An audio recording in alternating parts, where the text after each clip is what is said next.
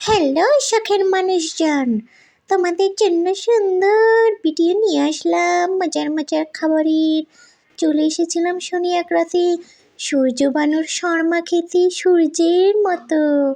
এত মজা ছিল শর্মাটা, শুধু চিকেন আর চিকেন। যারা চিকেন লাভার তারা এই শর্মাটা ট্রাই করবেন। আমি কিন্তু অলওয়েজ এই সূর্য বানুর শর্মাটা ট্রাই করি, খুব ভালো লাগে। আর সূর্যবানুর স্পেশাল চা সন্ধ্যার নাস্তা হিসেবে না খেলে চলে নাকি? একটু না, তাই চাও অর্ডার করে দিলাম। চাটা জাস্ট সেই ছিল, ওয়াও ছিল, এত মজার চা, খুব ভালো লেগেছিল। সবসময় ভালো লাগে নাকি জানি না, কিন্তু আমার কাছে ভালো লেগেছিল। এই তো দেখুন, একটু ভিডিও করে নিচ্ছি। এখানে অনেক মানুষজন আসা যাওয়া চলছে। তো এখন টিং টিং টিং টিং করে হাঁটতে হাঁটতে নিচে নেমে দেখলাম ভুট্টা বিক্রি করছে। আমাদের পেটে জায়গা নেই বাপু খাবার জন্য, তো আমরা একটু হাঁটাহাঁটি করব, কারণ আমাদের অন্য একটা খাবার প্ল্যান ছিল, তাই বাহিরে আর কোনো কিছু ট্রাই করিনি। এখানে অনেক অনেক রকমের আইটেম আছে, অনেক রকমের খাবার, যা বলার বাহিরে।